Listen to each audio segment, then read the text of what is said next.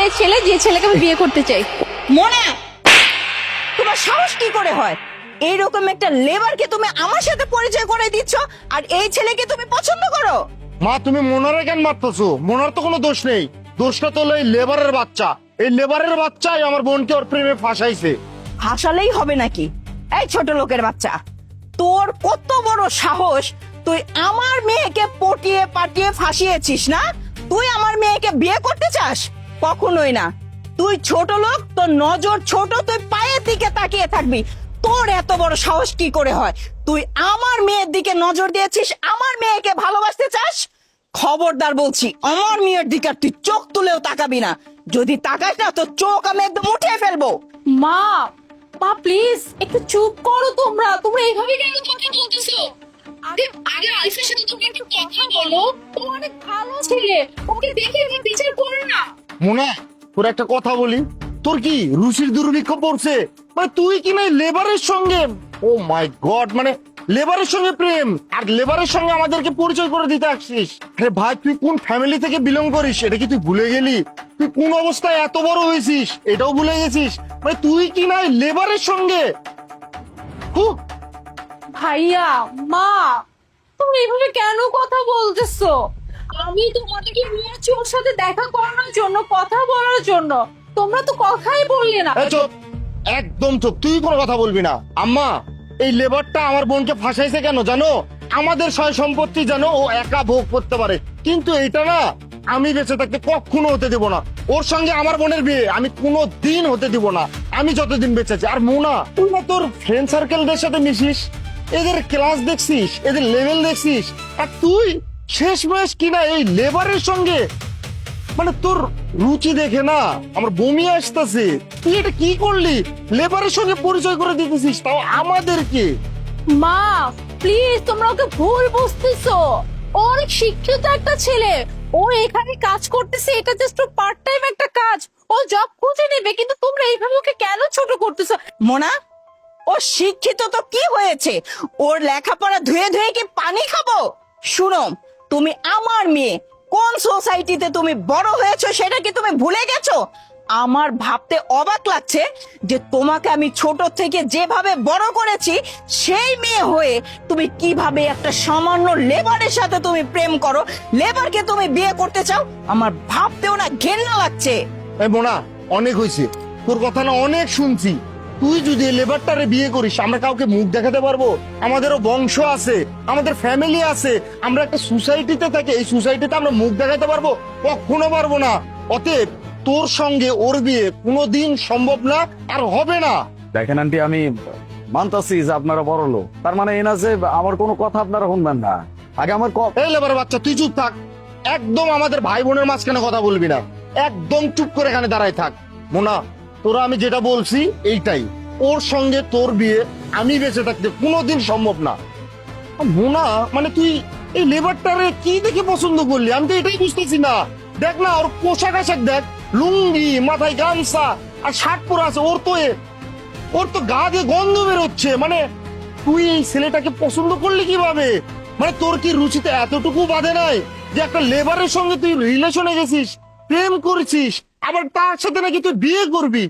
ও মাই god, মানে তোর রুচি দেখে আমার বমি আসতেছে। আরেকটা কথা মোনা, আমার ভাবতেও অবাক লাগছে যে তুমি একটা বারের জন্য চিন্তা করলে না যে আমাদের আত্মীয় স্বজন তারা কি ভাববে। হ্যাঁ, তুমি যদি লেবারটাকে বিয়ে করো আমরা কি সমাজে মুখ দেখাতে পারবো? একটা বারের জন্য তুমি কি আমাদের আত্মীয় স্বজনের কথা চিন্তা করলে না?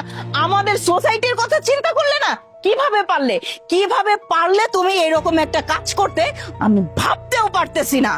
ভাইয়া, মা, তোমাদের দুইজনকে আমি একটা কথা ক্লিয়ারলি বলছি, সেটা হচ্ছে আমি যদি কাউকে বিয়ে করি সেটা আলিফকেই করব। আলিফকে ছাড়া আমি কাউকে বিয়ে করব না, ব্যাস এটাই আমার শেষ কথা।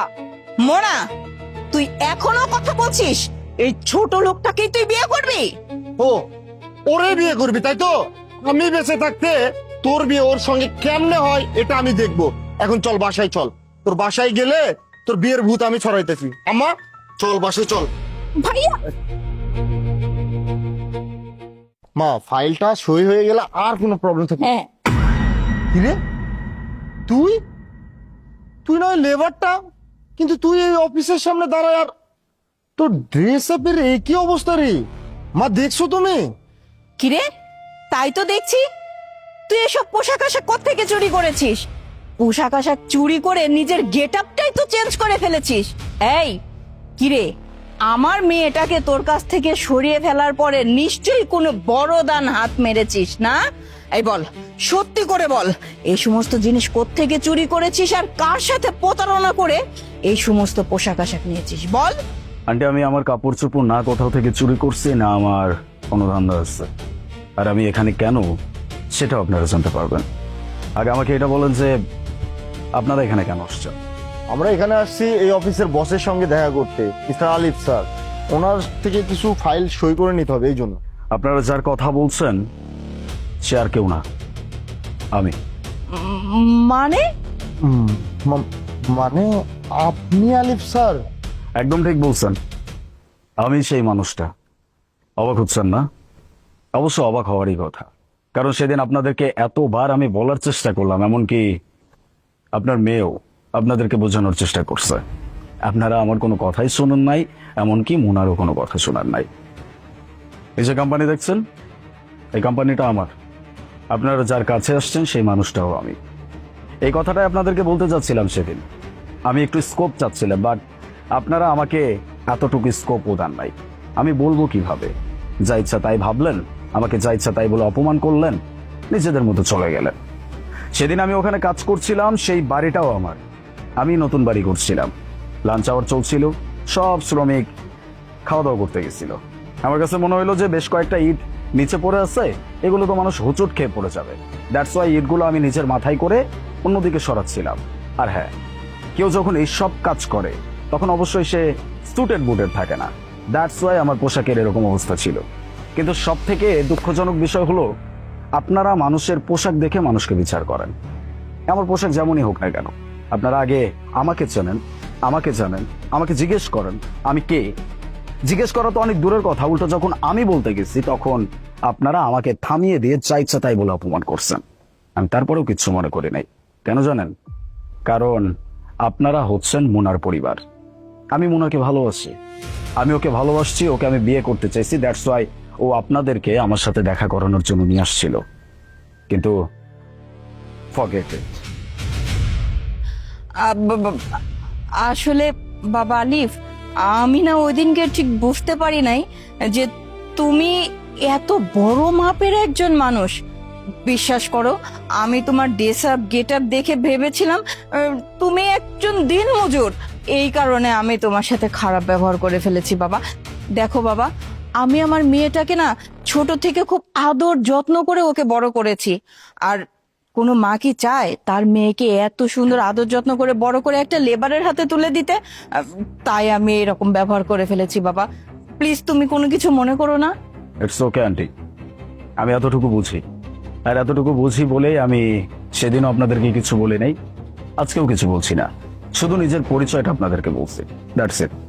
আসলে ভাইজান, আমিও সরি, কারণ ওই দিন বুঝে না বুঝে আপনাকে অনেক কথা শুনাইছি, আপনাকে অনেক অপমান করছি। আসলে বড় ভাই তো, কোনো বড় ভাই চায় না তো তার বোনটা একটা ঘরে যাওয়া সুখে থাক, তাই আপনার সাথে এমন করছি। আমারে আপনি মাফ করে দিন। আরে না না বাব, কি করছেন আপনারা? এভাবে আমাকে সরি বলতে হবে না। ইটস ওকে, মানুষের মিস্টেক হয়ে যায়। তবে ছোট্ট একটা কথা বলবো, মানুষের পোশাক আশাক কিন্তু মানুষের পরিচয় বহন করে না। মানুষের পরিচয় বহন করে তার আচার আচরণ, তার ব্যবহার, তার বিবেক, তার মনুষ্যত্ব। ভাই বলতেছি কি, আপনি তো আমার বোনকে ভালোবাসেন, অনেক ভালোবাসেন। আমার বোনটাকে তো আপনার বিয়ে করতে কোনো সমস্যা নেই। না, যাকে ভালোবাসছি তাকে বিয়ে করব, এটাই তো সার্থকতা। তাহলে শুভ কাজ করতে এত দেরি কেন? মা শুনছো তো? তাহলে তো সব মিটেই গেল। বাবা, শুভ কাজে দেরি করতে চাই না। তাহলে তুমি আজকে সন্ধ্যাবেলায় তোমার বাবা মাকে নিয়ে আমাদের বাড়িতে আসবে। ওই সময় আমরা বিয়ের দিন তারিখটা ঠিক করে ফেলবো।